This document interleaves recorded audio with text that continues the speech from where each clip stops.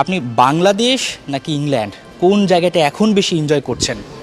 Enjoy করতেছি বাংলাদেশ নিয়ে। বাংলাদেশ আমার মানুষ, আমার বাপ আমার মা অন্য আছে। যাইতাম সিজা।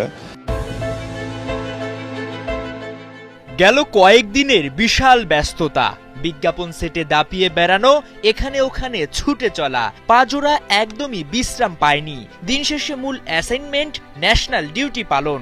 ঘাম, মেধা, শ্রম সবকিছুর পূর্ণতা এলো ভারত পথে।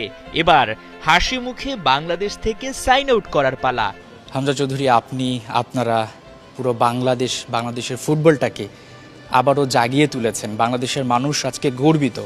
বাংলাদেশের মানুষ আজকে আপনাকে দেখে স্বপ্ন দেখে।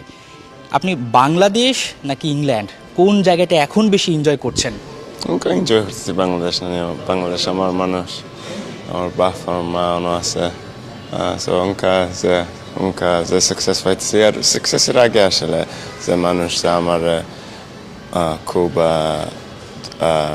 লাভ দেখায়। হামজা চৌধুরী এখন আর দূরের কেউ নন, ঘরের মানুষ, বাংলার ফুটবলের রাজপুত্র। অল্পতেই যিনি আপন করে নিয়েছেন নিজের শেকড় বাংলাদেশকে। তাই তো শেষ বেলায় মাতৃভূমিকে বিদায় জানাতে অন্তর পুড়ছে তার। এই যে চলে যাচ্ছেন, খারাপ লাগছে? জি, সবসময় খারাপ লাগে। টিমমেটস দেখতাম নয় 3-4 মাসের লাগে, খালু চাচা সকলে দেখতাম নয় 3-4 মাসের লাগে। সবসময় ডিফিকাল্ট। যাইতাম সিজা, বাট আমার ফ্যামিলি গিয়ে দেখবো, আমার বউ দেখবো, হরিতা দেখবো, আমি এক্সাইটেড। বাংলাদেশের হয়ে খেলতে নিজেকে উজাড় করে দিচ্ছেন। দলের অপূর্ণতাগুলো পূরণে খেলার পজিশন বদলে ফেলতেও দ্বিধা নাই তার। লাল সবুজের ওই জার্সিটাকে কতটুকু ভালোবাসেন হামজা, তা কি আর নতুন করে বলার উপায় আছে? আপনি ডিফেন্সিভ মিডফিল্ডার, অনেক সময় স্ট্রাইকার, আবার অনেক সময় আমরা দেখি আসলে গোল রক্ষকের কাজটাও করছেন। কেমন এনজয় করছেন?